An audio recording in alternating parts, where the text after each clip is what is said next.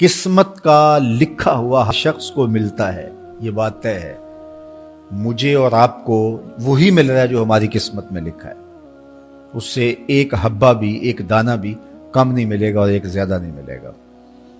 صحیح حدیث ہے، بخاری کی دیگر کتب احادیث میں موجود ہے، جب بچہ شکم مادر میں 120 دن کا ہوتا ہے تو 4 ماہ کا جب بچہ شکم مادر میں ہوتا ہے تو اس کی روح پھونکی جاتی ہے، تو فرشتہ آ کے اس کی عمر بھی لکھ جاتا ہے، اس کا شقی و سعید ہونا بھی لکھ جاتا ہے اور اس کا رزق بھی لکھ جاتا ہے۔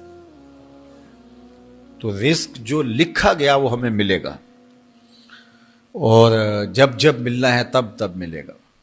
جو لکھا گیا ہے وہ بہر صورت ہمیں حاصل ہوگا۔ اب وہ جو ہماری قسمت کا رزق ہے اس کے حصول کا ذریعہ کیا ہے؟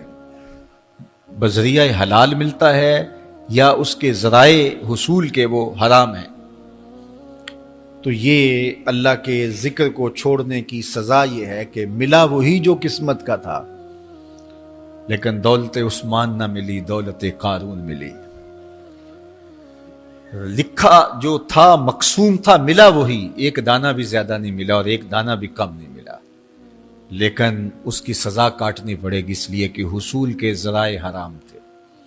تو حضرت اکرمہ رضی اللہ تعالیٰ عنہ فرماتے ہیں کسبن حرامن، تو معیشت تنگ کیسے ہوتی ہے؟ بندہ کہتا ہے کہ یہ تو بڑا کما رہا ہے لیکن کما بذریعہ حرام رہا ہے۔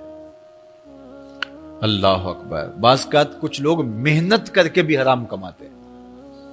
ہم نے دیکھا کہ اس گرمی میں جو لوگ مزدوری کرتے ہیں اور بالخصوص لوہے کی بھٹی پہ جو کام کرنے والے ہیں، کتنا سخت کام ہے، لیکن وہاں بھی جو ہے وہ چاہے 15-20 منٹ جو ہے وہ خیانت کر کے اپنے اس رزق کو حرام بنا لیں اور ناجائز کر لیں، اتنی مشقت کے باوجود بھی کیتی کتری پئی خو محمد پھر سکہ بنے زردہ۔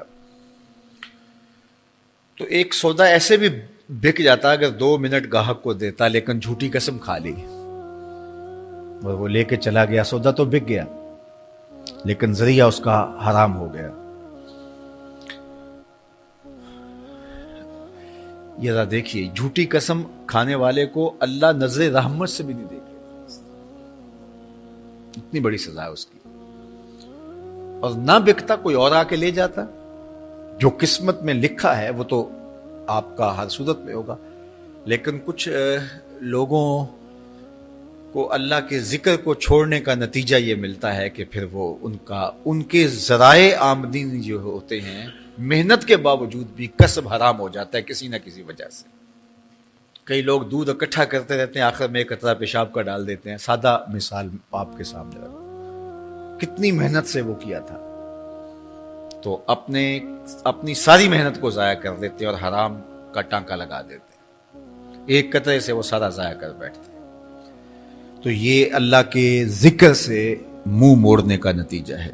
جب تمہارے دل اللہ کی یاد سے خالی ہو جائیں گے، تمہاری زندگیوں میں قرآن نہیں ہوگا، تمہاری زندگیوں کے اندر اسلام کے اجالے نہیں ہوں گے، تو پھر نتیجہ کیا ہوگا کہ معیشت دنک کیا ہے؟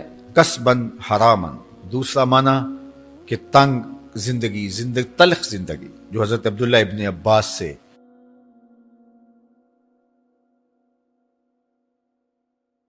یہ امت خلیفہ بلا فصل، خلیفہ اول، امیر المومنین حضرت سیدنا ابو بکر صدیق رضی اللہ تعالیٰ عنہ کی مرہون منت ہے، ان کی احسان مند ہے۔ اقبال نے کہا تھا امن الناس بر مولائے ما، کلیم اول سینائے ما، ہستی او کشت ملت راچوں ابر، ثانی اسنین و غار و بدر و قبر۔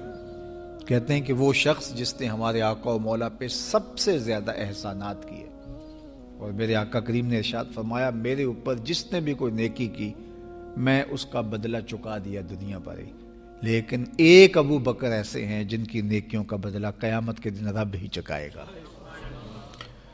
یہ حضور علیہ السلام نے ارشاد فرمایا، اور پھر فرمایا ما نفعنی مال احد قط، ما نفعنی مال ابی بکر، مجھے کسی کے مال نے اتنا نفع نہیں دیا جتنا ابو بکر کے مال نے نفع دیا. اپنا سب کچھ حضور کی راہوں میں نچھاور کر دیا. مال پیش کیا، جان پیش کی، اولاد پیش کی، وقت دیا، ایک ایک سانس حضور کے نام کر دی. کہتے ہیں حضور علیہ السلام کا سایہ نہیں تھا، لیکن ابو بکر رضی اللہ تعالیٰ عنہ سایہ بن کے حضور کے ساتھ رہے، سائے کی طرح حضور کے ساتھ رہے. بدر کے ساتھی، حضر کے ساتھی، سفر کے ساتھی، غار کے ساتھی، حد ہو گئی مزار کے ساتھی. اللہ اکبر. ایک دن حضور ایسے نکل رہے ہیں مسجد نبوی سے، تو کوئی لوگ داخل ہو رہے تھے، تو حضور کے دائیں ہاتھ میں ابو بکر کا ہاتھ تھا، بائیں میں حضرت عمر کا ہاتھ تھا. تو حضور ایسے دونوں کے ہاتھ پکڑ کے باہر نکل رہے تھے، تو کسی کو اندر آتے دیکھا تو اس کو دیکھ کر کے کہا قیامت کے دن ہم قبروں سے یوں ہی اٹھائے جائیں گے، میرے دائیں ہاتھ میں ابو بکر کا ہاتھ ہوگا، بائیں ہاتھ میں عمر کا ہاتھ ہوگا. اللہ اکبر. سیدہ کہول اہل الجنہ، جنت کے بوڑھوں کا سردار کہا. ابو بکر فی الجنہ، جنت کی بشارت دی. عشرہ مبشرہ میں سے پہلا نام حضرت ابو بکر رضی اللہ تعالیٰ عنہ کا ہے. فرمایا میرے 2 وزیر آسمان پہ ہیں، 2 وزیر زمین پہ ہیں. آسمان پہ میرے 2 وزیروں کا نام جبرائیل و میکائیل ہے، اور زمین پہ اوپر میرے 2 جو وزیر ہیں، ایک کا نام ابو بکر ہے، ایک کا نام عمر ہے. تو کیا شان ہے حضرت ابو بکر صدیق رضی اللہ تعالی. ہر نبی کا صحابی عظمتوں کے معراج پہ ہے، لیکن جو شان حضور کے اس جاں نثار کو دی گئی ہے، اللہ اکبر. قرآن نے بھی کہا نا وَثَانِيَ اثْنَيْنِ إِذْ هُمَا فِي الْغَارِ. اللہ اکبر. 2 میں سے دوسرا، اللہ اکبر. جب وہ غار میں تھے، 2 میں سے دوسرا. اس لفظ کی خوبصورتی ملاحظہ کیجئے، 2 میں سے دوسرا. حضرت عمر کہا کرتے تھے، حضرت صدیق اکبر کا ذکر کرتے ساتھ رو پڑتے اور کہتے کہ ابو بکر میری ساری زندگی کی نیکیاں لے لیں، وہ غار والی ایک نیکی مجھے دے دیں. ساری نیکیاں زندگی کی ابو بکر لے لیں، ایک نیکی غار والی مجھے دے دیں. تو ان کی ساری نیکیاں ایک طرف اور ابو بکر کی ایک نیکی ایک طرف. اور حضرت عمر کہا کرتے تھے کاش میں ابو بکر کے سینے کا بال ہی ہوتا. کوئی کم شان ہے؟ یہ حضرت عمر کہہ رہے ہیں. یہ عمر جس کے بارے میں میرے حضور علیہ السلام نے فرمایا کہ میرے بعد اگر نبوت کا دروازہ بند نہ ہوا ہوتا، میرے بعد اگر کسی نے نبی ہونا ہوتا تو وہ عمر ہوتا. اتنی شانوں کے مالک. ان الشیطان یفر من ظل عمر، شیطان عمر کے سائے کو دیکھ کے بھاگ جاتا ہے. وہ عمر کہہ رہے ہیں کاش میں ابو بکر کے سینے پر لگا ہوا بال ہی ہوتا. یہ شان ہے، یہ عظمت ہے. سارے حضور کے صحابی عظمتوں کے معراج پر، لیکن ان کی شان ہی وکری ہے. کسی پنجاب شاعر نے کہا کہ سارے یار نبی دے سونے، نہیں کوئی اینا یاراں ورگا، نہ کوئی ہویا نہ کوئی ہوسی، اینا جان نثاراں ورگا، نہ اس دھرتی پیدا کیتا اینا یاراں ورگا، اعظم شان صدیق کی دساں اکو یار ہزاراں ورگا.